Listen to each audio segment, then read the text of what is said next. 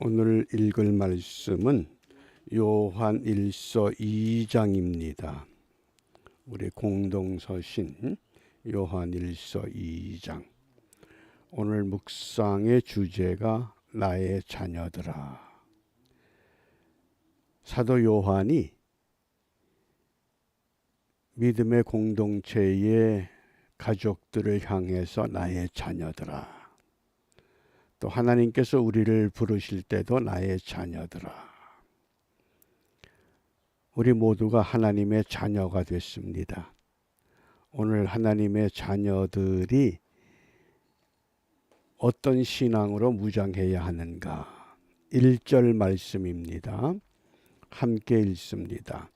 나의 자녀들아, 내가 이것을 너희에게 쓰면 너희로 죄를 범치 않게 하려 함이라.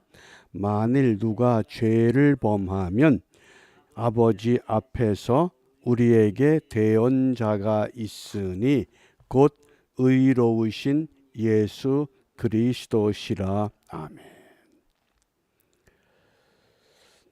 이 믿음의 공동체의 구성원을 요한은 세 가지 용어로 설명합니다. 첫 번째는 자녀들, 두 번째는 아비들, 세 번째는 청년들. 우리가 하나님의 말씀을 통해서 이 말씀이 우리에게 적용되기 위해서는 요한이 공동체의 구성원들을 이렇게 구분했던 것처럼 우리도 가정에서 또 교회에서 우리의 자녀들에게 무엇을 가르쳐야 하는가? 그것이 분명한 우리 신앙의 방향으로 바르게 세워져야 합니다. 자녀들은 그러면 어떤 신앙의 사람인가? 물론 이 자녀들, 아비들, 청년들 이것을 연령적으로 이해할 수도 있습니다. 그러나 오늘 본문에 보면 연령적인 것보다도 그 신앙의 모습, 어떤 신앙의 사람들인가. 그래서 첫 번째 자녀들의 신앙은 12절입니다. 12절 말씀에 자녀들아 내가 너희에게 쓰는 것은, 자녀들아 내가 너희에게 쓰는 것은 너희 죄가 그의 이름으로 말미암아 사함을 얻음이요. 자녀들은 어떤 신앙이냐? 죄 사함의 확신을 갖는 사람들. 우리가 교회에 소속이 되었다고 하는 것은 교인으로 끝나는 것이 아니라 그 사람들을 통해서 죄 사함의 확신, 그 죄 사함의 확신이라고 하는 것이 다른 말로 말하면 예수님과의 관계가 분명해지는 것을 말합니다. 그게 자녀들입니다. 이제 그 자녀들이 아비들도 되고 청년들도 되는 겁니다. 그러면 아비들과 청년들의 신앙은 어떻게 말씀했느냐? 13절입니다. 아비들아 내가 너희에게 쓰는 것은 너희가 태초부터 계신 이를 알미요. 여기 태초부터 계신 이가 누굽니까? 태초에 말씀이 계시니라. 그 말씀이 곧 하나님의 아들이십니다. 그래서 예수님을 아는 것, 아비들의 신앙은 어떤 신앙이냐? 예수님을 아는데 그 예수님은 어떤 예수님이냐? 태초부터 계셨다. 태초에 하나님이 천지를 창조하셨다. 삼위일체 신앙이 분명한 믿음의 사람, 그들을 아비들 이렇게 불렀습니다. 자녀들은 죄 사함의 신앙이 확신합니다. 아비들은 삼위일체 신앙이 분명합니다. 그러면 청년들은 누구냐? 13절 말씀을 계속 읽어보면 청년들아 내가 너희에게 쓰는 것은 너희가 악한 자를 이기었음이니라. 악한 자, 원수 사탄 마귀입니다. 마귀는 처음부터 죄를 짓게 하는 존재입니다. 또 이 요한 1서가 기록될 당시에 이 악한 자들은 이단 사상을 말합니다. 그 이단 사상이라고 하는 것이 영지주의자들이었습니다. 영지주의자들은 철저하게 이원론주의자입니다. 육체와 영은 분리되어 있다. 그래서 영은 구원받았고 육체는 구원받지를 못한다. 영만 구원받는다. 그래서 육체는 이 땅에 살면서 죄를 지을 수밖에 없다. 죄 짓고 회개하고 죄 짓고 회개하고 그러는 것이 아니라 영은 이미 구원받았다. 그러니 육체는 무시하라. 그렇게 가르친 겁니다. 그런데 그런 이단 사상에 대해서 청년들은 악한 자를 이겼다. 바꿔 말하면 영지주의자들의 그 신앙을 따르지 않았다. 요즘으로 말하면 동성애에 대해서 또는 모든 이 잘못된 이 사상들, 모더니즘이라고 하는 이런 또 잘못된 사상들, 이런 것에 전혀 관심이 없습니다. 오직 예수님께만. 그러니까 우리가 믿음의 공동체가 자녀로 출발합니다. 죄 사함의 확신을 갖고 아비들로 성장하고 청년들로 성장해야만 됩니다. 이것을 오늘 우리 삶에 적용하면 우리가 가정에서 우리의 자녀들을 어떻게 양육하고 어떻게 가르쳐야 되느냐? 이제 그것이 오늘 본문에서 예수님을 두 가지 모습으로 소개합니다. 그 첫 번째가 예수님은 대언자가 되신다. 1절 말씀에 보면 만일 누가 죄를 범하면 아버지 앞에서, 아버지가 누굽니까? 성부 하나님 앞에서 우리에게 대언자가 있으니 곧 의로우신 예수 그리스도시라. 예수님께서 우리의 죄를 변호해 주시는, 우리가 죄를 짓고 낭망하고 실망합니다. 너 같은 사람이 그런 죄를 짓고도 교회에 다니느냐? 그러고도 네가 교인이라고 자부하느냐? 그럴 때마다 아니라는 겁니다. 그때마다 우리를 위해서 대언해 주시는 변호자가 되시고 위로자가 되신다. 원수 사탄 마귀는 계속해서 우리를 흔들어 댑니다. 그런데 그때마다 다시 힘을 주고 용기를 줍니다. 절망의 자리에 머물도록 그대로 방치하지 않는다고 하는 말씀입니다. 우리가 이것을 분명히 가르쳐야 됩니다. 하나님의 자녀가 되면 분명히 죄 사함을 받습니다. 죄 사함을 받고도 또 잘못하고 실수하고 죄를 범합니다. 이것이 반복되다 보면 원수 사탄 마귀가 조롱하기 시작합니다. 그럴 바에는 뭐 예수 믿느냐? 그런데 그때에 만일 누가 죄를 범하면 아버지 앞에서 우리에게 대언자가 있다. 예수님께서 우리를 위해서 대언해 주신, 내가 이것 때문에 십자가에 못 박히지 않았느냐? 그래서 예수님은 누구신가? 두 번째가 화목제물이 되셨다 말씀합니다. 2절입니다. 저는 우리 죄를 위한 화목제물이니 우리만 위할 뿐 아니요 온 세상의 죄를 위하심이라. 교회 공동체의 구성원들만 위한 것이 아니라 온 세상의 죄. 그래서 누구든지 저를 믿으면, 어느 특별한 민족, 어느 특별한 교단, 어느 특별한 교회만이 아니라 온 세상의 죄를 위해서 화목제물이 되셨다. 화목제물이 뭔가요? 내가 죄값으로 제물을 바쳐야 하는데 나를 대신해서 죄값을 지불해 놓으셨다, 그 뜻입니다. 예를 들어 어느 유명한 식당에서 음식을 먹게 되는데 마침 평소에 자주 만나지 못했던 사람을 만났습니다. 그런데 그 사람이 식당을 떠나면서 내가 먹은 음식값을 다 지불해 놨습니다. 식당을 나서려는데 카운터에서 이미 다 지불됐습니다. 아니, 내가 지불하지 않았는데 내가 내야 된다고 내는 사람이 있습니까? 아닙니다. 바로 그 원리입니다.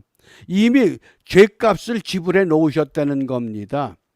그것을 속죄라고도 하고 보상이라고도 하고 사유라고도 하는 겁니다. 우리가 우리 자녀들에게, 나의 자녀들아, 그들에게 무엇을 남겨줄 것인가, 무엇을 깨우칠 것인가, 오직 하나입니다. 예수님은 나와 어떤 관계이신가? 그가 우리의 위로자가 되십니다. 대언자가 되십니다. 변호자가 되십니다. 그가 우리의 화목제물이 되셨다고 하는 말씀입니다. 이것만 분명히 가르쳐 놓으면 어떤 이단 사상이, 어떤 사탄의 유혹이 흔들어 대도 결코 무너지질 않습니다. 그래서 우리가 자녀들을 어떻게 양육하느냐, 5절 말씀입니다. 5절 함께 읽습니다. 누구든지 그의 말씀을 지키는 자는 하나님의 사랑이 참으로 그 속에서 온전케 되었나니 이로써 우리가 저 안에 있는 줄을 아노라. 아멘. 요한일서 2장에 보면 계명을 지키는 것, 이것을 좀 더 확장해서 말씀을 지키는 것, 계명과 말씀을 동일한 의미로 사용했습니다. 그러면 계명, 말씀이 무엇입니까? 계명의 핵심, 말씀의 핵심이 무엇입니까? 구약에서는 10가지 계명, 613가지의 율법의 조항을 만들었지만은 우리 예수님께서는 이것을 너무나 쉽고 간단하게 정리해 주셨습니다. 그것이 요한복음 13장 34절 35절입니다. 함께 읽습니다. 새 계명을 너희에게 주노니 서로 사랑하라. 내가 너희를 사랑한 것 같이 너희도 서로 사랑하라. 너희가 서로 사랑하면 이로써 모든 사람이 너희가 내 제자인 줄 알리라. 아멘. 새 계명은 서로 사랑하라. 어떻게? 예수님이 우리의 대언자가 되시고 우리의 화목제물이 되셨던 것처럼 하나님이 우리를 속량하기 위해서 그 아들을 보내주셨던 그 사랑처럼 너희도 서로 사랑하라. 그래서 사랑이라고 하는 건 뭡니까? 허물을 덮어주는, 베드로전서 4장 8절에 무엇보다도 열심으로 서로 사랑할지니 사랑은 허다한 죄를 덮느니라. 허물을 덮어주는 것, 그것이 사랑이라고 말씀합니다.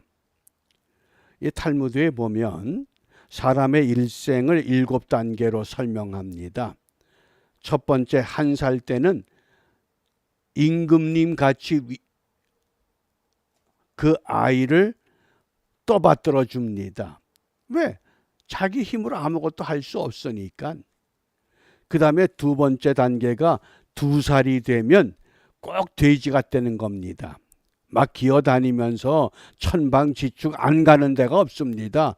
불이 뜨거운지도 모르고 얼음이 차가운지도 모르고 마루에서 떨어지는 것도 모르고, 그 다음에 10살이 되면 염소와 같다는 겁니다. 이제는 자기 마음대로 자기 멋대로 마구 다닙니다. 그러다가 18살이 되면 말과 같이 산다는 겁니다. 말은 자기 힘이 있거든요. 자기 힘을 자랑하면서. 그러다가 5번째 단계에 결혼하면 당나귀가 된다 그럽니다. 가정이라고 하는 짐을 지고 가야 됩니다. 이제는 나 혼자서 말처럼 염소처럼 살던 때는 다 지나갑니다. 그리고 중년이 되면 개가 된다는 겁니다. 왜? 가족들을 부양하기 위해서 끄떡이며 살아야 됩니다. 그러다가 7단계 노년이 되면 원숭이로 바뀐다고 합니다. 왜 원숭이냐? 어린 아이같이 되고 만드는 겁니다. 아무리 유명했던 사람도, 아무리 은사가 강했던 사람도 노년이 되면 원숭이 같습니다. 그래서 우리가 오늘 이 요한 1서에 보면 공동체의 구성원이 자녀들아, 아비들아, 청년들아, 그런데 노년들은 없습니다.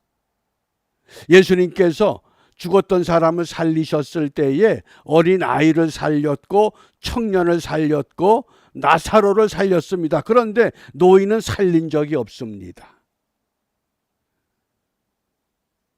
그러므로 오늘 우리가 전도서 기자가 우리에게 부탁했던 것처럼 곤고한 날이 이르기 전에 좀 더 기력이 있을 때에, 좀 더 힘이 있을 때에, 좀 더 젊었을 때에 창조주 하나님을 반드시 기억하는 삶을 살라고 강력하게 부탁하는 말씀입니다. 그래서 오늘 우리가 무엇을 기도할 것이냐? 17절에 보면 오직 하나님의 뜻을 행하는 사람은 영원히 거하느니라. 우리가 영원한 삶을 바라보고 가는데 어떻게 영원한 삶을 살 것이냐? 하나님의 뜻을 행하라고 말씀합니다. 오늘 우리끼리만, 우리 공동체만 말씀을 지키는 것이 아니라 오늘 우리의 자녀들, 이 땅에 수많은 자녀들이 흩어져 있습니다. 그래서 말씀을 지키는 자녀로 양육되는 이 사회, 말씀으로 살아갈 수 있는 힘과 에너지를 공급하는 교회, 우리가 이런 믿음의 공동체로 세워질 수 있기를 우리가 함께 소망하며 기도할 수 있기를 바랍니다. 지금 전국적으로 보면 교회 학교가 없는 교회들이 한둘이 아닙니다.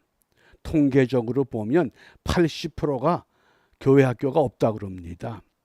그만큼 지금 앞으로 우리 미래가 힘들어지겠다는 겁니다.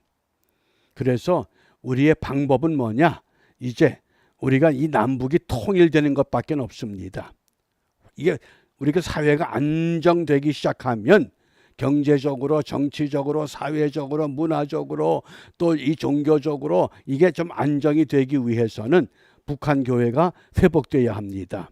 또 지하교회 성도들이 정말 끝까지 믿음을 지켜야 됩니다. 그리고 이 정치범 수용소가 무너져야 됩니다. UN 통계 자료에 의하면 정치범 수용소에 대략 20만 명이 갇혀 있는데 그중에 절반은 기독교인이라고 합니다. 그래서 우리가 이 문제를 좀 집중적으로 기도하면서, 지금 최근의 보도에 의하면 작년에 북한 화폐와 이 달러의 환율이 4,200대 1이었다고 합니다. 그런데 금년에 와서는 7,200대 1이 됐다고 합니다. 이 심각한 경제 위기입니다. 그러니까 북한은 이미 경제가 마비된 상태라고 합니다. 경제가 마비되었다고 하는 것은 머지않아 통일의 문이 열릴 수 있다고 하는 겁니다. 그런데 중국은 압록강 두만강에서 군대를 지금 주둔시키고 탈북자들을 막는다는 핑계로 완벽하게 대비하고 있습니다. 근데 우리는 지금 아무런 대비가 없습니다. 뭐 주사파, 뭐 좌경화, 자꾸 이것 가지고 힘들어합니다. 이젠 교회들이 정말 힘을 모두어서 우리가 함께 이 일을 위해서, 왜 우리 헌법이 우리 대한민국의 영토는 한반도 부속 모든 도서를 말합니다. 북한도 우리 땅입니다. 그러므로 우리가 정신을 차려서 이 일을 위해서 기도하는데, 우리가 북한 교회가 회복되기를 위해서 지하교회 성도들, 탈북자 3만 5천 명, 정치범 수용소, 이것들이 다 이제 회복되고 또 도미니카 공화국의 단기 선교팀들을 위해서 우리가 함께 기도하며 이 말씀을 지키는 자녀들이 왕성하게 일어날 수 있기를 위해서 우리가 함께 경주하는 일에 오늘도 승리할 수 있기를 바랍니다. 기도합니다. 살아계신 나의 주 하나님, 감사합니다. 저희들을 일찍이 하나님의 자녀로 불러주셨습니다. 영접하는 자, 곧 그 이름을 믿는 자들에게는 하나님의 자녀가 되는 권세를 주셨습니다. 우리가 오늘도 이 권세를 갖고 원수 사탄 마귀와 싸워 이 땅의 어지러움을 질서로 바꿀 수 있게 하시고 혼돈 가운데 하나님의 빛이 되어 세상을 밝혀 온전히 하나님의 창조의 목적을 회복하는 일에 부족함이 없는 이 하루가 되도록 축복하여 주시옵소서. 북한의 교회가 회복되기를 원합니다. 지하교회 성도들 마지막까지 순수한 신앙 지키게 하여 주시고 정치범 수용소에 갇혀있는 수많은 성도들과 수많은 사람들, 저들에게 속히 자유가 이루어질 수 있도록 그 문을 열어주시고, 특별히 도미니카 공화국 단기 선교팀들, 그들의 발걸음마다, 그들의 계획마다 하나님이 동행하셔서 목적한 것 이상의 열매를 얻게 하여 주시옵소서. 예수님 이름으로 기도합니다. 아멘.